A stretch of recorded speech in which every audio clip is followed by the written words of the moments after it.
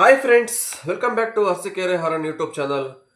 Rapido, Porter, ಹಂಕಲ್ ಇನ್ನೂ ಅನೇಕ ಅಗ್ರಿಕೇಟ್ ಕಂಪ್ನಿಗಳಿದಾವಲ್ಲ, ಇದ್ರ ವಿರುದ್ಧ auto drivers, goods auto drivers ಎಲ್ಲ ನಿನ್ನೆ ಫುಲ್ಲು ಮುಷ್ಕರ ಮಾಡಿ ಹಾರ್ಡ್ಗೋಡಿ ಪೋರ್ಟರ್ ಆಫೀಸ್ಗೆ ಮುತ್ತಿಗೆ ಹಾಕಿದ್ದಾರೆ. ಫ್ರೀಡಂ ಪಾರ್ಕಲ್ಲೂ ದೊಡ್ಡ ಮುಷ್ಕರ ನಡೆದಿದೆ. ಈ ಕಂಪ್ನಿಗಳನ್ನ ಕರ್ನಾಟಕದಿಂದ ತೊಲಗಿಸ್ಬೇಕು ಅಂತವ. ಈ ಮುಂದಿನ ದಿನಗಳಲ್ಲಿ ಈ ಕಂಪ್ನಿಗಳು ಏನಾದ್ರು ಬಂದ್ ಆಗ್ತಾವ, ಇಲ್ಲ ಇದೇ ಥರ ಕಂಟಿನ್ಯೂ ಆಗತ್ತಾ ಅನ್ನೋದ್ರ ಬಗ್ಗೆ ಸಂಪೂರ್ಣವಾಗಿ ಮಾಹಿತಿಯನ್ನು ವಿಡಿಯೋದಲ್ಲಿ ತಿಳಿಸ್ಕೊಡ್ತೀನಿ. ವಿಡಿಯೋ ಸ್ಟಾರ್ಟ್ ಮಾಡೋಕ್ಕೆ ಮುಂಚೆ ಇನ್ನೂ ಯಾರು ಸಬ್ಸ್ಕ್ರೈಬ್ ಮಾಡ್ಕೊಂಡೆ ವಿಡಿಯೋ ನೋಡ್ತಾ ಇರೋರು ದಯವಿಟ್ಟು ಸಬ್ಸ್ಕ್ರೈಬ್ ಮಾಡ್ಕೊಂಡು ವಿಡಿಯೋನ ವಾಚ್ ಮಾಡಿ, ಲೈಕ್ ಮಾಡೋದು ಮರಿಬೇಡಿ ಪ್ರತಿಯೊಬ್ಬರು. ಹಾಗೆ ಆದಷ್ಟು ವಿಡಿಯೋನ ಶೇರ್ ಮಾಡಿ. ಬನ್ನಿ ಸ್ನೇಹಿತರೆ, ವಿಡಿಯೋನ ಸ್ಟಾರ್ಟ್ ಮಾಡೋಣ.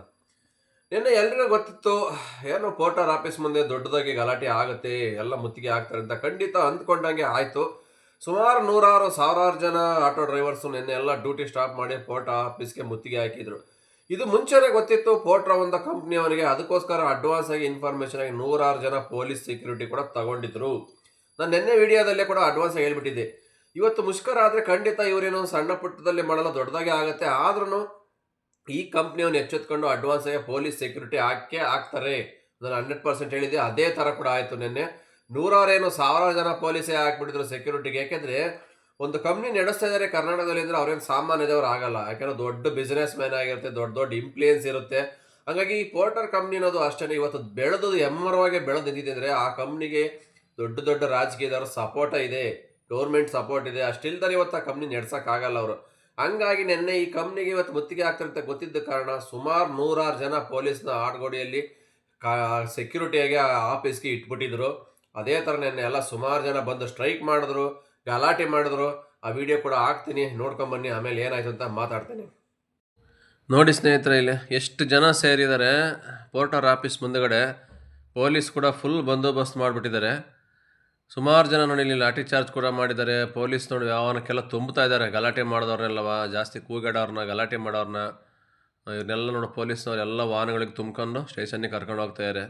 ಏಕೆಂದರೆ ಇನ್ನು ಇಲ್ಲೇ ಬಿಟ್ಟರೆ ಇವರು ದೊಡ್ಡ ಮಟ್ಟಕ್ಕೆ ಗಲಾಟೆ ಮಾಡಿಬಿಡ್ತಾರೆ, ಆಮೇಲೆ ಸುಮ್ಮನೆ ಪ್ರಾಬ್ಲಮ್ ಆಗುತ್ತೆ. ರೋಡೆಲ್ಲ ಟ್ರಾಫಿಕ್ ಜಾಮು, ಯಾಕಂದರೆ ಹೈವೇ ರೋಡ್ ಆಗಿರೋದ್ರಿಂದ ಫುಲ್ ಟ್ರಾಫಿಕ್ ಜಾಮ್ ಬೇರೆ ಆಗಿದೆ. ನೋಡಿ ಎಲ್ಲರನ್ನೂ ಎಳ್ಕೊಂಡು ಹೋಗ್ತಾ ಇದ್ದಾರೆ. ಹಿಂಗಾಗಿ ಸುಮಾರು ಗಲಾಟೆಗಳಾದ್ರ ಮೇಲೆ ಮತ್ತೇನಾದ್ರು ಜನ ಜಾಸ್ತಿ ಆಗಿ ನುಗ್ಲಾಗಿ ಏನಾದ್ರು ಹೆಚ್ಚು ಕಮ್ಮಿ ಆಗಬಾರ್ದು ಅಂತವ ಸ್ವಲ್ಪ ಜನನೆಲ್ಲ ಪೊಲೀಸ್ ಸ್ಟೇಷನ್ಗೆ ಎತ್ತಾಕೊಂಡು ಹೋಗ್ತಿದ್ದಾರೆ. ನೋಡಿ ಇಲ್ಲಿ ಯಾರನ್ನೋ ಒಬ್ಬರನ್ನ ಹೊಡೆದ್ಬಿಟ್ಟು ಲಾಟಿಲಿ ಯಾಕೆ ದೌರ್ಜನ್ಯ ಮಾಡ್ತಾರೆ ಅಂತ ಕೇಳಿದ್ರು ಬಿಡ್ತಾ ಇಲ್ಲ, ಹಂಗೆ ಕೊಳ್ಪಟ್ಟೆ ಹಿಡ್ಕೊಂಡು ಕುತ್ತಿಗೆ ಹಿಡ್ಕೊಂಡು ಎಳ್ಕೊಂಡು ಹೋಗ್ತಾ ಇದ್ದಾರೆ. ನಿಜವಾಗ್ಲೂ ಇದೆಲ್ಲ ನೋಡಿರೋ ಒಂಥರ ಅನ್ಯಾಯನೇ. ಅಮಾಯಕರ ವಿರುದ್ಧ ಯಾಕೆ ಈ ಥರ ಅನ್ಯಾಯ ಮಾಡ್ತಾರೆ ಅಂತ ಒಂದು ಅರ್ಥ ಆಗ್ತಾಯಿಲ್ಲ. ನಮ್ಮ ಕಾನೂನು ವ್ಯವಸ್ಥೆ ಎಲ್ಲಿಗೆ ಹೋಗ್ತಿದೆ ಅಂತಲೇ ಗೊತ್ತಾಗ್ತಾ ಇಲ್ಲ. ನೋಡ್ರಲ್ಲ ಸ್ನೇಹಿತರೆ, ಇದೇ ವಿಡಿಯೋ ಸುಮಾರು ನೆನ್ನೆ ಏಕಾಏಕಿ ಸಾವಿರಾರು ಜನ ಆಟೋ ಡ್ರೈವರ್ಸ್ಗಳೆಲ್ಲ ಮೋಟಾರ್ ಆಫೀಸ್ಗೆ ಮುತ್ತಿಗೆ ಹಾಕ್ತಾರೆ. ಆ ನಂತರ ಏನಾಗುತ್ತೆ, ಪೊಲೀಸ್ ಅವರು ಅಲ್ಲೇ ಫುಲ್ ಸೆಕ್ಯೂರಿಟಿ ಇರೋದ್ರಿಂದ ಎಲ್ಲರನ್ನೂ ಅರೆಸ್ಟ್ ಮಾಡ್ತಾರೆ. ಯಾರ್ಯಾರು ಗಲಾಟೆ ಮಾಡೋಕ್ಕೆ ಬಂದರು, ಯಾರ್ಯಾರು ಸ್ಟ್ರೈಕ್ ಮಾಡಿದ್ರು ಅವ್ರನ್ನೆಲ್ಲರನ್ನೂ ಅರೆಸ್ಟ್ ಮಾಡಿ ಪೊಲೀಸ್ ವಾಹನದಲ್ಲಿ ಕರ್ಕೊಂಡು ಹೋಗ್ತಾರೆ. ನಿಜ ಅಲ್ಲಿ ಗೋಳಾಟ ನರಾಟ ನೋಡ್ತಾರೆ, ತುಂಬ ಬೇಜಾರಾಯ್ತು. ಏನಪ್ಪ ಇವತ್ತು ನಾವೇ ಕಂಪ್ನಿನ ಬೆಳೆಸಿದೀವಿ. ಯಾಕೆಂದರೆ ಒಂದು ಕಂಪ್ನಿ ಬಂದಾಗ ಏನು ಇರಲಿಲ್ಲ, ಕಂಪ್ನಿ ಇವತ್ತು ಇಷ್ಟತ್ರಕ್ಕೆ ಬೆಳೆಯೋಕ್ಕೆ ಕಾರಣ ಯಾರು? ಈ ಒಂದು auto drivers, goods auto drivers, bike taxi riders, ಇವರೇ ಇವತ್ತು ಕಂಪ್ನಿಲಿ ಕೆಲಸ ಮಾಡಿಲ್ಲ. ಇವತ್ತು ಈ ಕಂಪ್ನಿ ಬೆಳೆಯೋಕ್ಕೆ ಆಗ್ತಿರಲಿಲ್ಲ ಅಂತ. ಈ ಕಂಪ್ನಿ ಇವತ್ತು ಬೆಳೆದು ನಿಲ್ಲಿಸಿದ್ದೀವಿ ಅಂದರೆ ಅದಕ್ಕೆ ಕಾರಣ ಯಾರು? ಒಬ್ಬ ಡ್ರೈವರ್ಸ್ಗಳು. ಇವತ್ತು ಡ್ರೈವರ್ಗಳ ಮೇಲೆ ಇಷ್ಟೊಂದು ಅಲ್ಲೇ ಆಗ್ತಾ ಇದೆ, ದೌರ್ಜನ್ಯ ಆಗ್ತಾಯಿದೆ ಅಂದರೆ ಕೇಳೋರು ಯಾರಿಲ್ವಾ? ಗೌರ್ಮೆಂಟ್ ಯಾರಿಗೆ ಸಪೋರ್ಟ್ ಮಾಡಬೇಕಾಯ್ತು? ಆ ಒಂದು ರೈಡರ್ಗಳಿಗೆ, ಡ್ರೈವರ್ಗಳಿಗೆ ಸಪೋರ್ಟ್ ಮಾಡಬೇಕಾಯ್ತು. ಬಟ್ ಆ ಕೆಲಸ ಮಾಡ್ತಾನೆ ಆ ಕಂಪ್ನಿಗೆ ವಿರುದ್ಧವಾಗಿ ಸಪೋರ್ಟ್ ಮಾಡ್ಕೊಂಡು ಹೋಗಿದೆ. ಅಲ್ಲಿ ಏನು ಅರ್ಥ? ಲೀಗಲ್ಲಿಗೆ ಏನಕ್ಕೂ ಬೆಲೆನೇ ಇಲ್ವಾ? ನ್ಯಾಯಕ್ಕೆ ಬೆಲೆನೇ ಇಲ್ವಾ? ಅನ್ಯಾಯಕ್ಕೇ ಹೋರಾಟನಾ? ಯಾರು ಹೇಳೋರಿಲ್ಲ ಕೇಳೋರಿಲ್ಲ, ಆ ಥರ ಆಗೋಗ್ಬಿಟ್ಟಿದೆ. ಹಿಂಗಾಗಿ ಇವತ್ತು ಕರ್ನಾಟಕದಲ್ಲಿ ಈ ಒಂದು ಅಗ್ರಿಕೇಟ್ ಕಂಪ್ನಿಗಳು ಇಷ್ಟು ಎಮ್ಮರವಾಗಿ ಬೆಳೆದಿದೆ ಅನ್ನೋ ಕಾರಣ ಮೇಯ್ನ್ ತಪ್ಪು ಇದು ನಮ್ಮ ರೈಡರ್ಗಳದು, ಡ್ರೈವರ್ಗಳದು. ಯಾಕೆಂದರೆ ಈ ಕಂಪ್ನಿಗಳು ಬಂದಾಗ ಈ ಕಂಪ್ನಿಲಿ ಜಾಯಿನ್ ಆಗಿ ಬೆಳೆಸಿದ್ದೇನೆ ಈ ಒಬ್ಬರು ರೈಡರ್ಗಳು.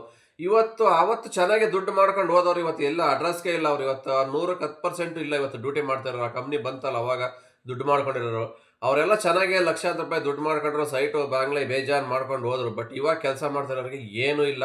ಅವಾಗ ಎಲ್ಲರಿಗೂ ಕೊಟ್ಟ ಚೆನ್ನಾಗಿ ಕಂಪ್ನಿಯಿಂದವ ಇವಾಗೆಲ್ಲ ಕಿತ್ಕೊತಾ ಇದ್ದಾನೆ. ಹಂಗಾಗಿ ಇವತ್ತು ರೈಡರ್ಗಳು ಆ ಕಂಪ್ನಿ ವಿರುದ್ಧ ತಿರುಗಿ ಬಿದ್ದರು. ಈ ಕಂಪ್ನಿಯಿಂದ ನಮಗೆ ಅನ್ಯಾಯ ಆಗ್ತಾ ಇದೆ. ಇವಾಗ ಇಷ್ಟು ದಿವಸ ಬಾಡಿಗೆನೇ ಬರ್ತಾ ಇರಲಿಲ್ಲ ಗೂಡ್ಸ್ ಆಟೋಕ್ಕೆ, ಅದರಲ್ಲೂ ಇವಾಗ ಪ್ಯಾಸೆಂಜರ್ ಆಟೋ ಅಟ್ಯಾಚ್ ಮಾಡ್ಕೊತಾ ಇದ್ದಾನೆ. ನಾವೆಲ್ಲ ಏನು ಮಾಡಬೇಕು? ಇವರೇನೋ ಕಂಪ್ನಿಲಿ ಬೆಳೆಸ್ಕೊಂಡು ಕಮಿಷನ್ ತೊಗೊಳಕ್ಕೆ ಏನು ಬೇಕಾದ್ರೂ ಮಾಡ್ತಾರೆ, ನಾವೆಲ್ಲ ಎಲ್ಲೋಬೇಕು ಅಂತವ ಕಂಪ್ನಿ ವಿರುದ್ಧ ತಿರುಗಿ ಬಿದ್ದರು. ಆದರೆ ಗೌರ್ಮೆಂಟ್ ಕೇಳಬೇಕಾಯ್ತು, ಹೆಂಗಪ್ಪ ನೀನು ಪ್ಯಾಸೆಂಜರ್ ಆಟೋದಲ್ಲಿ ಲಗೇಜ್ ಸಾಕ್ಸೋಕ್ಕೆ ನೀನು ಪರ್ಮಿಷನ್ ಕೊಡ್ತಿದೀಯ ಅಂತ ಗೌರ್ಮೆಂಟ್ ಒಂದು ಮಾತು ಕ್ವಶನ್ ಮಾಡಿ ಕೇಳಿಲ್ಲ ಕಂಪ್ನಿಗೆ. ಅಲ್ಲಿ ಕೇಳಕ್ಕೆ ಹೋಗ್ತಾ ಅಂತ ಡ್ರೈವರ್ಗಳಿಗೆ, ನ್ಯಾಯ ಕೇಳಕ್ಕೆ ಹೋದಂಥವ್ರನ್ನ ಅರೆಸ್ಟ್ ಮಾಡಿ ಸ್ಟೇಷನ್ಗೆ ಹಾಕಿದ್ದಾರೆ. ಇದು ಎಲ್ಲಿ ನ್ಯಾಯ? ಎಲ್ಲ ಅನ್ಯಾಯನೇ ತುಂಬಿ ತುಳುಕ್ತಾ ಇದೆ. ಕೇಳೋರೆ ಯಾರೇ ಇಲ್ವೋ ನ್ಯಾಯ? ನಂಗಾದರೆ ಪರ್ಮಿಷನ್ ಹೆಂಗೆ ಕೊಡ್ತಾರೆ? ಪ್ಯಾಸೆಂಜರ್ ಆಟೋದಲ್ಲಿ ಹೆಂಗೆ ಹೋಗೋಕ್ಕಾಗುತ್ತೆ ಲಗೇಜ್ ಹಾಕ್ಕೊಂಡು? ಈಗ ಬೈಕ್ ಟ್ಯಾಕ್ಸಿನೇ ಇಲ್ಲಿಗಲ್ ಅಂತಾರೆ, ಟೂ ವೀಲರಲ್ಲಿ ಒಬ್ರು ಕಸ್ಟಮರ್ ಕರ್ಕೊಂಡು ಹೋದ್ರೆ. ಅದರಲ್ಲಿ ಇನ್ನು ಪ್ಯಾಸೆಂಜರ್ ಆಟೋದಲ್ಲಿ ಲಗೇಜ್ ತಗೊಂಡು ಹೋದ್ರೆ ಅದು ಇಲ್ಲಿಗಲ್ ಅಲ್ವಾ? ಇದನ್ನೇ ಕೇಳಕ್ಕೆ ಹೋಗಿದ್ದಷ್ಟೇ ಆ ರೈಡರ್ಗಳು, ಬೇರೆ ಇನ್ನೇನಿಲ್ಲ. ಆ ಗೂಡ್ಸ್ ಆಟೋ ಡ್ರೈವರ್ಗಳು ಇದನ್ನೇ ಕೇಳಕ್ಕೆ ಹೋಗಿದ್ದು. ನೀನು ಹೆಂಗೆ ಪರ್ಮಿಷನ್ ಕೊಡ್ತಾ ಇದೆಯಾ? 1,000-1,500 ಆಟೋಗಳಿಗೆ ಇವಾಗ ಅಟ್ಯಾಚ್ ಮಾಡ್ಕೊಳ್ಳಿ ಅಂತ ಆಫರ್ ಕೊಟ್ಟಿದ್ಯಪ್ಪ ಲಗೇಜ್ ಹಾಕ್ಸೋಕ್ಕೆ. ನಾವೆಲ್ಲ ಏನು ಮಾಡಬೇಕು? ಬಂಡವಾಳ ಹಾಕೊಂಡಿರೋ ನಮಗೆ ಬಾಡಿಗೆ ಕೊಡ್ತಾ ಇಲ್ಲ, ಸರಿಯಾಗಿ ಅಮೌಂಟ್ ಕೊಡ್ತಾ ಇಲ್ಲ ಅಂತ ಅವರೇ ಗಲಾಟೆ ಮಾಡ್ತಾ ಇದ್ದಾರೆ. ಹೋಗಿರೋ ಜಾಗದಲ್ಲಿ ಆರ್ಡ್ರ್ ಬರಲ್ಲ, ಔಟ್ ಆಫ್ ಝೋನ್ ಹೋದ್ರೆ ಖಾಲಿ ಬರಬೇಕು. ಈ ಥರ ಪ್ರಾಬ್ಲಮ್ ಇದೆ ಪ್ರೆಸೆಂಟ್ ಇವಾಗ ಸಿಚುವೇಶನಲ್ಲಿ. ನೀನು ಬೇರೆಯವ್ರಿಗೆಲ್ಲ ಬಾಡಿಗೆ ಕೊಟ್ಬಿಟ್ರೆ ನಾವೆಲ್ಲ ಏನು ಮಾಡಬೇಕು ಅಂತ ಗಲಾಟೆ ಮಾಡಿ ಕೇಳೋಕೆ ಹೋಗಿದ್ದಕ್ಕೆ ಅವ್ರನ್ನೇ ಎತ್ತಾಕೊಂಡು ಹೋಗಿದ್ದಾರೆ ಪೊಲೀಸ್ನವರು. ಲಾಠಿ ಚಾರ್ಜ್ ಆಯಿತು, ತಳ್ಳಾಟ, ನೂಕಾಟ, ಗಲಾಟೆ ಗದ್ದಲ ಬೇಜಾನ್ ಆಗೋಯ್ತು ನಿನ್ನೆ. ಎಲ್ಲ ನೋಡಿ ಕೂಡ ಬೇಜಾರಾಯಿತು. ಏನೂ ಮಾಡೋಕ್ಕಾಗಲ್ಲ ನಮ್ಮ ಪ್ರಕಾರ ಹೇಳ್ಬೇಕಂದ್ರೆ. ಯಾಕೆಂದರೆ ಇದು ಡ್ರೈವರ್ಗಳು 100 1,000 ಲಕ್ಷ ಸಂಖ್ಯೆಯಲ್ಲಿ ಬಂದರೂ ಏನೂ ಮಾಡೋಕ್ಕಾಗಲ್ಲ. ಈ ಕಂಪ್ನಿಗಳು ಬೆಳೆದು ಬೆಳೆದು ಎಮ್ಮರವಾಗಿ ನಿಂತುಬಿಟ್ಟಿದ್ದಾವೆ. ಇವ್ರಿಗೆ ಸಪೋರ್ಟು ಇನ್ಫ್ಲೂಯೆನ್ಸ್ ಸಿಕ್ಕಾಬಟ್ಟೆ ಇದೆ. ಯಾರೇನೂ ಮಾಡೋಕ್ಕಾಗಲ್ಲ, ಆ ಥರ ಆಗೋಗಿದೆ. ಯಾಕೆಂದರೆ ಕರ್ನಾಟಕದಲ್ಲಿ ಅಷ್ಟೇ ಅಲ್ಲ, ಆಲ್ ಓವರ್ ಇಂಡಿಯಾದಲ್ಲಿ ದೊಡ್ಡ ದೊಡ್ಡ ನಗರಗಳಲ್ಲಿ ಎಲ್ಲ ಕಡೆ ರನ್ ಆಗ್ತಾ ಇರ್ತಕ್ಕಂಥ ಈ ಒಂದು ಪೋರ್ಟರ್, ರ್ಯಾಪಿಡೋ, ಅಂಕಲ್ ಏನು ಕಂಪ್ನಿಗಳಿದಾವಲ್ಲ, ಓಲಾ, ಉಬರು, ಇವೆಲ್ಲ ಏನು ಸಾಮಾನ್ಯದವ್ರು ನಡೆಸ್ತಾ ಇಲ್ಲ ಈ ಕಂಪ್ನಿಗಳನ್ನ. ದೊಡ್ಡ ದೊಡ್ಡ ಬಿಸ್ನೆಸ್ ಮ್ಯಾನು, ಇನ್ಫ್ಲೂಯೆನ್ಸ್ ಮ್ಯಾನ್ಗಳೇ ನಡೆಸೋದು. ಹಂಗಾಗಿ ಅವ್ರಿಗೆಲ್ಲ ಏನೇನು ಮಾಡಬೇಕು ಏನು ಎತ್ತಂತ ಎಲ್ಲ ಗೊತ್ತಿರುತ್ತೆ. ಹಾಗಾಗಿ ಸಾಮಾನ್ಯ ಜನ ಈ ಕಂಪ್ನಿಗಳಿಂದ ತಿರುಗಿ ಬಿದ್ದರೆ ಏನೂ ಮಾಡೋಕ್ಕಾಗಲ್ಲ, ಕಷ್ಟನೇ. ಸುಮ್ಮನೆ ಅವ್ರ ಟೈಮ್ ವೇಸ್ಟು, ಅವ್ರ ಶ್ರಮ ವೇಸ್ಟು. ಸುಮ್ಮನೆ ಗಲಾಟೆ ಗದ್ದಲದಲ್ಲಿ ಏನಾರು ಹೆಚ್ಚು ಕಮ್ಮಿ ಆದರೆ ಅವ್ರ ಫ್ಯಾಮಿಲಿಗಳು ಇರ್ತಾರೆ, ಎಲ್ಲ ಯೋಚನೆ ಮಾಡಬೇಕಾಗತ್ತೆ. ಯಾಕೆಂದರೆ ಈ ಕಂಪ್ನಿ ಬೆಳೆಯೋಕ್ಕೆ ಕಾರಣನೇ ನಾವೇ ಬೆಳೆಸಿ ಇವತ್ತು ಕಂಪ್ನಿಗಳ ವಿರುದ್ಧ ತಿರುಗಿ ಬಿದ್ದರೆ ಏನೂ ಮಾಡೋಕ್ಕಾಗಲ್ಲ. ಆ ಕಂಪ್ನಿ ಬಂದಾಗ ಎಲ್ಲರೂ ಬುದ್ಧಿ ಕಲಿಬೇಕಾಯ್ತು. ಮೊಳಕೆ ಚಿಗುರುವ ಮೊಳಕೆನೇ ಚಿವುಟ ಹಾಕಿದರೆ ಇವತ್ತು ಈ ಕಂಪ್ನಿ ಇಷ್ಟು ಬೆಳೆಯೋಕ್ಕಾಗ್ತಿರಲ್ಲ. ಬೆಳೆಸಿ ಇವತ್ತು ಇಷ್ಟು ದೊಡ್ಡ ಮಟ್ಟಕ್ಕೆ ಬಿಟ್ಟಿದ್ದೀರಾ, ಇವಾಗ ಏನು ಮಾಡ್ತೀರಾ? ಏನು ಮಾಡೋಕ್ಕಾಗಲ್ಲ. ಆದರೆ ಕೆಲಸ ಮಾಡಬೇಕು, ಇಲ್ಲ ಬೇಡ ಅಂತ ಕಂಪ್ನಿ ಬಿಟ್ಟು ಹೋಗ್ಬೇಕಾಗತ್ತೆ. ಅಷ್ಟೇ ಬಿಟ್ಟರೆ ಎರಡೇ ಆಪ್ಷನ್ ಇರೋದು, ಬೇರೆ ಇನ್ನೇನು ಮಾಡೋಕ್ಕಾಗಲ್ಲ ಇವಾಗ ಇರ್ತಕ್ಕಂಥ ಸಿಚುವೇಶನಲ್ಲಿ. ಆದಷ್ಟಾಗಲಿ ಬಿಡಪ್ಪ, ನಾನು ಮಾಡ್ಕೊಂಡು ಹೋಗ್ತೀನಿ, ಈ ಕಂಪ್ನಿಲಿ ಇನ್ನೇನು ಮಾಡೋಕ್ಕಾಗಲ್ಲ, ಬೇರೆ ಆಪ್ಷನ್ ಇಲ್ಲ ನಮಗೆ ಅಂದ್ಕೊಂಡು ಡ್ಯೂಟಿ ಮಾಡಿದ್ರೆ ಓಕೆ. ಇಲ್ಲಪ್ಪ ಈ ಕಂಪ್ನಿಗಳು ಸವಾಸನೆ ಬೇಡ, ನಾನು ಕೈ ಬಾಡಿಗೆ ಹೊಡಿತೀನಿ, ನಾನು ಯಾವ್ದಾದ್ರು ಡೈರೆಕ್ಟ್ ಬಾಡಿಗೆ ಮಾಡ್ಕೊತೀನಿ, ಈ ಕಂಪ್ನಿಲಿ ಕೆಲಸನೇ ಮಾಡಲ್ಲ, ಬೇಡಪ್ಪ ಅಂತ ಬಿಟ್ಟು ಹೋಗ್ಬೇಕಾಗತ್ತೆ ಅಷ್ಟೇ. ಈ ಎರಡು ಬಿಟ್ಟರೆ ಬೇರೆ ಏನು ಮಾಡೋಕ್ಕಾಗಲ್ಲ ರೈಡರ್ಗಳ ಕೈಲಿ, ಡ್ರೈವರ್ ಕೈಲಿ. ಎಷ್ಟು ಜನ ಅಂತ ಸ್ಟ್ರೈಕ್ ಮಾಡ್ತೀರಾ? ಎಷ್ಟು ಗಲಾಟೆ! ಒಂದಿನ 2 ದಿನ ಮಾಡ್ಬೋದು, ಕೆಲಸ ಬಿಟ್ಟು ಡೈಲಿ ಮಾಡೋಕ್ಕಾಗತ್ತಾ? ಖಂಡಿತ ಆಗಲ್ಲ. ಅವ್ರಿಗೂ ಫ್ಯಾಮಿಲಿ ಇರುತ್ತೆ, ಅವ್ರಿಗೂ ಕಮಿಟ್ಮೆಂಟ್ ಇರ್ತವೆ. ಎಷ್ಟು ದಿವಸ ಸ್ಟ್ರೈಕ್ ಮಾಡ್ಕೊಂಡು ಕೂತ್ಕೊಳ್ಳೋಕ್ಕಾಗತ್ತೆ? ಕಂಪ್ನಿಯವ್ರಿಗೇನು ಲಾಸ್ ಆಗಲ್ಲ. 1000 ಜನದಲ್ಲಿ ಒಂದು 100 ಜನ ಸ್ಟ್ರೈಕ್ ಮಾಡ್ತಾರೆ, ಇನ್ನು 900 ಜನ ಕೆಲಸ ಮಾಡ್ತಾನೆ ಇರ್ತಾರೆ. ಅದರಿಂದ ಬರ್ತಾರೆ, ಕಮಿಷನ್ ಕಂಪ್ನಿಗೆ ಹೋಗ್ತಾ ಇರುತ್ತೆ. ಹಂಗಾಗಿ ಏನು ಕಂಪ್ನಿಗೆ ಯಾವತ್ತಿದ್ರೂ ಪ್ರಾಬ್ಲಮ್ ಆಗಲ್ಲ. ಇದು ಪ್ರಾಬ್ಲಮ್ ಆಗದೆ ಡ್ರೈವರ್ಗಳಿಗೆ. ಏನು ಮಾಡೋಕ್ಕಾಗಲ್ಲ. ಈ ಡ್ರೈವರ್ಗಳು ಮಾಡಿರೋ ತಪ್ಪಿಂದ ಇವಾಗ ಅನುಭವಿಸ್ಲೇಬೇಕಾಗತ್ತೆ. ಈ ಕಂಪ್ನಿಲಿ ಸೇರಿಕೊಂಡು ಸ್ಟಾರ್ಟಿಂಗಲ್ಲಿ ಒಳ್ಳೊಳ್ಳೆ ಕಮಿಷನ್ ತೊಗೊಂಡ್ರು, ಚೆನ್ನಾಗಿ ದುಡ್ಡು ಮಾಡ್ಕೊಂಡ್ರು, ಇಲ್ಲ ಅಂತ ಹೇಳ್ತಾ ಇಲ್ಲ. ಅವರೆಲ್ಲ ಎಲ್ಲೆಲ್ಲಿ ಹೋದ್ರೂ ಗೊತ್ತಿಲ್ಲ. ಇವಾಗ ಜಾಯ್ನ್ ಆಗಿರೋರಿಗೆ ಕಷ್ಟ ಆಗ್ತಿದೆ, ಡ್ಯೂಟಿ ಮಾಡೋಕ್ಕೆ ಆಗ್ತಾ ಇಲ್ಲ. ಅತಿ ಹೆಚ್ಚು ಸಂಖ್ಯೆಯಲ್ಲಿ ಗಾಡಿಗಳು ಅಟ್ಯಾಚ್ ಆಗ್ತಾಯಿದೆ ಪ್ರತಿನಿತ್ಯವ. ಬಾಡಿಗೆ ಕಮ್ಮಿ ಆಗ್ತಾ ಇದೆ. ಒಂದಕ್ಕೊಂದು ಕಂಪ್ನಿಗಳು ಕಾಂಪಿಟೇಷನ್ ಜಾಸ್ತಿ ಬರ್ತಿದ್ದಾವೆ. ಮುಂಚೆ ಪೋರ್ಟರ್ ಒಂದಿತ್ತು, ಆನಂತರ ಎಲ್ಲ ಈಗ ಆಟೋಕ್ಕೂ ಬಿಟ್ಟ, ರಾಪಿಡೋಗಿ ಬಿಟ್ಟ, ಲಗೇಜ್ ಸಾಕ್ಸಿ ಅಂತ, ಅಂಕಲ್ ಡೆಲಿವರಿ ಅಂತ ಬಂತು. ಇನ್ನೂ ಸುಮಾರು ಕಂಪ್ನಿಗಳಿದ್ದಾವೆ. ಕೆಲವೊಂದು ಎಲೆಕ್ಟ್ರಿಕಲ್ ವೆಹಿಕಲ್ಗಳು ಅವರವರೇ ಸ್ವಂತವಾಗಿ ಕೊಟ್ಬಿಟ್ಟು ಓಡಿಸ್ತಾ ಇದ್ದಾರೆ. ಈ ಥರ ಕಂಪ್ನಿಗಳು ಜಾಸ್ತಿ ಆಗಿರೋದ್ರಿಂದ ಏನಾಗ್ತಾ ಇದೆ, ಬಾಡಿಗೆಗಳು ಕಮ್ಮಿ ಆಗ್ತಾ ಇದೆ, ಡ್ರೈವರ್ಗಳಿಗೆ ಬರ್ತಾ ಇಲ್ಲ. ಇದರಿಂದ ಸಮಸ್ಯೆ ಆಗ್ತಾ ಇದೆ. ಹಿಂಗಾಗಿ ಏನು ಮಾಡೋಕ್ಕಾಗ್ತಾ ಇಲ್ಲ. ಇವಾಗ ಎಷ್ಟೇ ಸ್ಟ್ರೈಕ್ ಮಾಡಿದ್ರು, ಏನೇ ಹೋರಾಟ ಮಾಡಿದ್ರು ಇದ್ರ ಫಲ ಏನು ಸಿಗಲ್ಲ ಅಂತ ನಮ್ಮ ಅನಿಸಿಕೆ. ಕೆಲವರು ಏನೇ ಯಾವುದೇ ಕಾರಣಕ್ಕೂ ಬಿಡಲ್ಲ, ಈ ಕಂಪ್ನಿಗಳನ್ನ ತೊಲಗಿಸ್ತೀವಿ ನಾವು ಕರ್ನಾಟಕದಿಂದ ಅಂತ ಹಿಂಗೆ ಅಂತವ ಫುಲ್ ಹೋರಾಟ ನಡೆಸ್ತಾರೆ. ಖಂಡಿತ ಆಗಲ್ಲ ನಾವು ಹೇಳ್ಬೇಕಂದ್ರೆ. ಯಾಕೆಂದರೆ ಈ ಕಂಪ್ನಿಗಳು ತೊಲಗಿಸೋಕೆ ಅಷ್ಟು ಸುಲಭ ಅಲ್ಲ ಸ್ವಾಮಿ. ಇದು ಯಾರ ಕೈಲೂ ಸಾಧ್ಯವಿಲ್ಲ. ಇದು ಏನಿದ್ರು ಗೌರ್ಮೆಂಟೇ ಮಾತ್ರನೇ ಏನೇ ಒಂದು ಆಕ್ಷನ್ ತಗೋಬೇಕು ಹೊರತು ಸಾಮಾನ್ಯ ಜನಗಳು ಏನೂ ಮಾಡೋಕ್ಕಾಗಲ್ಲ. ಆ ಥರ ಆಗೋಗಿದೆ ಸಿಚುವೇಶನ್ ಇವಾಗ. ಗೌರ್ಮೆಂಟ್ ಆಕ್ಷನ್ ತಗೋಬೇಕು ಅಂದರೆ ಇವರು ಲೀಗಲ್ಲಾಗಿ ತೊಗೊಂಬಂದ್ಬಿಟ್ಟಿದ್ದೀವಿ, ಸರ್ಟಿಫಿಕೇಟ್ ಇದೆ, ನಾವು ಇವತ್ತಲ್ಲ ಅವತ್ತಿಂದನೂ ಮಾಡಿಸಿದೀವಿ ಅಂತ ಹೇಳ್ತಾರೆ.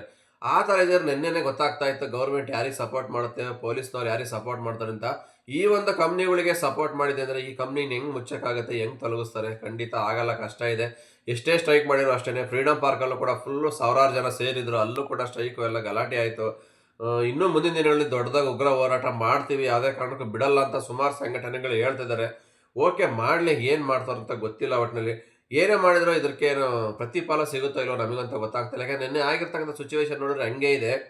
ಅಲ್ಲಿ ಅನ್ಯಾಯ ಆಗಿರೋದು ಡ್ರೈವರ್ಗಳಿಗೆ ಅಷ್ಟೇ ಬಿಟ್ಟರೆ ಕಂಪ್ನಿಗೆ ಯಾವುದೇ ಥರ ತೊಂದರೆನೂ ಆಗಿಲ್ಲ. ಕಂಪ್ನಿಗೆ ಏನು ಬೇಕು ಅಷ್ಟು ಫೆಸಿಲಿಟಿ, ಸೇಫ್ಟಿ ಎಲ್ಲ ಮಾಡ್ಕೊಂಬಿಟ್ಟಿದ್ದವನು ಅಡ್ವಾನ್ಸಾಗೆ. ಹಾಗಾಗಿ ಇದೆಲ್ಲ ನೋಡ್ತಾ ಇದ್ದಾರೆ, ಇವರಿಗೆಲ್ಲ ಸಪೋರ್ಟ್ ಇದೆ, ದೊಡ್ಡವರು ಇನ್ಫ್ಲೂಯೆನ್ಸ್ ಇದೆ, ಗೌರ್ಮೆಂಟು ಸಪೋರ್ಟ್ ಇದೆ ಅಂತ ಇಲ್ಲೇ ಎದ್ದು ಕಾಣಿಸ್ತಾ ಇದೆ. ಸಾಮಾನ್ಯ ಜನಗಳು ಯಾರು ಏನೂ ಮಾಡೋಕ್ಕಾಗಲ್ಲ. ಏನೇ ಗಲಾಟೆ ಇದು ಮಾಡೋಕೆ ಹೋದ್ರೂ ಗೊತ್ತಲ್ಲ, ಎತ್ತಾಕೊಂಡು ಹೋಗ್ತಾ ಇರ್ತಾರೆ ಬಂದು ಪೊಲೀಸ್ ವ್ಯಾನ್ಗಳಲ್ಲಿ. ಏನು ಮಾಡೋಕ್ಕಾಗತ್ತೆ, ಒಂದಿನ ಜೈಲಲ್ಲಿ ಇಡ್ತಾರೆ, ಕಳಿಸ್ತಾರೆ, ಸ್ವಲ್ಪ ಬಿಸಿ ಮುಟ್ಟಿಸಿ. ಆನಂತರ ಅವರು ಈ ಥರ ಆದ್ರೆ ಮತ್ತೆ ಹೋಗ್ತಾರೆ. ಬೇಡಪ್ಪ, ಇದು ಯಾಕೆ ನಮಗೆ ಕೋರ್ಟು ಕಚೇರಿ ಸವಾಸನ ಬೇಡ, ನಾವು ಬಡತನದಲ್ಲಿ ಬಂದಿರೋ ನಮಗೂ ಫ್ಯಾಮಿಲಿ ಇದೆ, ಮಕ್ಕಳು ಮರಿ ಇದಾರೆ, ಸಾಕಬೇಕು. ಏನೋ ನಮ್ಮ ಕಮಿಟ್ಮೆಂಟ್ ಇದ್ದಾವೆ, ಅವು ನೋಡ್ಕೊಳ್ಳೋಣ ಬಿಡಪ್ಪ, ಸುಮ್ಮನೆ ಯಾಕೆ ದೊಡ್ಡವರು ಸಹವಾಸ ನಮಗೆ ಯಾಕೆ ಅಂತ ಎಷ್ಟೋ ಜನ ಬಿಟ್ಬಿಡ್ತಾರೆ. ನಿನ್ನೆ ಆಗಿರೋ ಅನುಭವ ಎಷ್ಟೋ ಜನ ಬರೋದೇ ಇಲ್ಲ ನೆಕ್ಸ್ಟ್ ಸ್ಟ್ರೈಕ್ ಇದ್ದಾಗ. ಇದು ಗ್ಯಾರಂಟಿ 100% ಹಿಂಗೆ ಆಗೋದು. ಕೆಲವ್ರು ಮಾಡ್ತಾರೆ, ಕೆಲವ್ರು ಸಂಘಟನೆಗಳಿರೋರು ಸ್ವಲ್ಪ ಮುಂಚೆಯಿಂದನೂ ಹೋರಾಡ್ಕೊಂಡು ಬಂದಿರೋರು ಮಾಡ್ತಾರೆ. ಇನ್ನು ಕೆಲವ್ರು ಇದಾರಲ್ಲ, ಸ್ವಲ್ಪ ಸಾಮಾನ್ಯ ಜನ ಇರ್ತಾರೆ, ಮಿಡಲ್ ಕ್ಲಾಸ್ ಫ್ಯಾಮಿಲಿ. ನಿನ್ನೆ ಏನೋ ಒಂದು ಜೋಶಲ್ಲಿ ಹೋಗಿರ್ತಾರೆ, ಜನದೊಳಗಡೆ ಗುಂಪಲ್ಲಿ ಗೋವಿಂದ ಅಂದ್ಬಿಡೋಣ ಅಂತವ. ಅದರೆಲ್ಲ ಸುಮಾರು ಜನ ಸಿಗಾಕೊಂಡು ಸ್ಟೇಷನ್ಗೆ ಹೋಗಿದ್ದಾರೆ.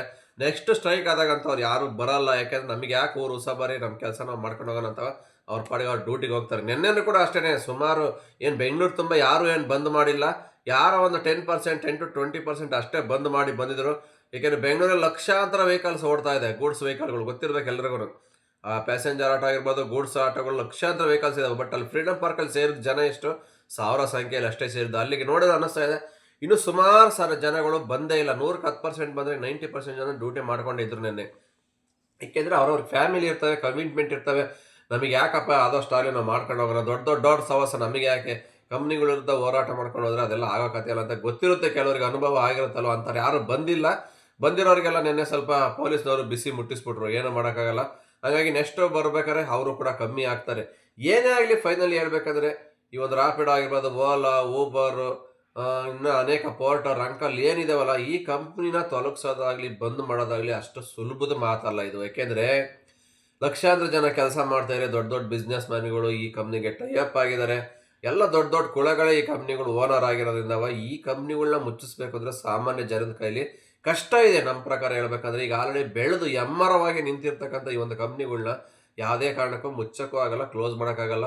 ಲಕ್ಷಾಂತರ ಜನ ಕೆಲಸ ಮಾಡ್ತಾ ಇರೋದ್ರಿಂದ ಯಾರೋ ಒಂದು 5,000 6,000 ಜನ ಆ್ಯಪ್ ಡಿಲೀಟ್ ಮಾಡ್ಬೋದು, ಅನ್ಇನ್ಸ್ಟಾಲ್ ಮಾಡ್ಬೋದು, ನಾವು ಇದರಲ್ಲಿ ಡ್ಯೂಟಿ ಮಾಡಲ್ಲ ಅಂತ ಅನ್ಬೋದು. ಇನ್ನು ಮಿಕ್ಕಿದವರು ಮಾಡೇ ಮಾಡ್ತಾರಲ್ವ, ಮಾಡಲೇಬೇಕು, ಅನಿವಾರ್ಯ, ಏನೂ ಮಾಡೋಕ್ಕಲ್ಲ, ಅವ್ರು ಹೊಟ್ಟೆಪಾಡು ನಡಿಲೇಬೇಕಲ್ವ. ಹಂಗಾಗಿ ಈ ಕಂಪ್ನಿಗಳು ಮುಚ್ಚೋಗ್ತವೆ, ಬಂದಾಗುತ್ತೆ, ಕರ್ನಾಟಕದಿಂದ ತೊಲಗ್ತವೆ ಅನ್ನೋದು ಕನಸಿನ ಮಾತಿದು. ಇವತ್ತಲ್ಲ, ಇನ್ನೂ 10 ವರ್ಷ ಹೋದರೆ ಈ ಕಂಪ್ನಿಗಳು ಇನ್ನೂ ಬೆಳೀತಾ ಹೋಗುತ್ತೆ ಹೊರತು ಮುಂದಕ್ಕೆ ಹೋಗ್ತಾವೆ. ಕೆಳಿಕಂತ ಇಳಿಯಲ್ಲ. ಈ ಕಂಪ್ನಿಲಿ ಕೆಲಸ ಮಾಡ್ತಕ್ಕಂಥ ಡ್ರೈವರ್ಗಾಗಿರ್ಬೋದು, ರೈಡರ್ಗಾಗಿರ್ಬೋದು ಅನ್ಯಾಯ ಆಗ್ತಾ ಇದೆ. ಅವತ್ತಿಂದನೂ ಅನ್ಯಾಯ ಆಗ್ತಾ ಇದೆ, ಇವಾಗಲೂ ಆಗ್ತಾ ಇದೆ. ಇನ್ನು ಮುಂದಕ್ಕೆ ಈ ಕಂಪ್ನಿಗಳಲ್ಲೇ ಕೆಲಸ ಮಾಡ್ತೀನಿ ಅಂದರೆ ತುಂಬ ಕಷ್ಟ ಆಗುತ್ತೆ ಜೀವನ ಮಾಡೋದು. ಯಾಕೆಂದರೆ ಜನಸಂಖ್ಯೆ ಬೆಂಗಳೂರಲ್ಲಿ ಜಾಸ್ತಿ ಆದಂಗೆ ಈ ಕಂಪ್ನಿಗೂ ಜನ ಸೇರ್ತಾರೆ ಇದ್ದಾರೆ ಇನ್ನೂ. ಹಂಗಾಗಿ ಎಷ್ಟು ಜನ ಸೇರಿದ್ರೆ ಅವನಿಗೇನು, ಇನ್ನೂ ಕಮಿಷನ್ ತಗೊತಾನೆ, ಜಾಯ್ನಿಂಗ್ ಫೀಸು ಅದಕ್ಕೆ ಇದಕ್ಕೆ ಅಂತ ಫೀಸ್ ತಗೊತಾನೆ. ಎಷ್ಟು ಮಾಡ್ತಾರೋ ಅಷ್ಟು ಕಮಿಷನು ಅವ್ನಿಗೆ ಬರ್ತಾ ಇರುತ್ತೆ. ಹಂಗಾಗಿ ಇವನಿಗೆ ಬರ್ತಕ್ಕಂಥ ಕಮಿಷನ್ ಸಂಖ್ಯೆ ಜಾಸ್ತಿನೇ ಆಗುತ್ತೆ ಹೊರತು ಪ್ರಾಬ್ಲಮ್ ಏನಾಗಲ್ಲ. ಹಂಗಾಗಿ ಯಾವತ್ತಿದ್ರೂ ಸುಮ್ಮನೆ ಹೋರಾಟ ಮಾಡೋದು ವ್ಯರ್ಥ ನಮ್ಮ ಪ್ರಕಾರ ಅಂತ ಹೇಳ್ತಾ ಇಷ್ಟೇಳ್ತಾ ವಿಡಿಯೋ ಇಲ್ಲಿಗೆ ಮುಗಿಸ್ತಾ ಇದ್ದೀನಿ. ಮತ್ತೆ ಸಿಗ್ತೀನಿ ಮುಂದಿನ ವಿಡಿಯೋದಲ್ಲಿ. ಅಲ್ಲಿವರೆಗೂ take care, bye bye, have a nice day. ಜೈ ಹಿಂದ್, ಜೈ ಕರ್ನಾಟಕ ಮಾತೆ.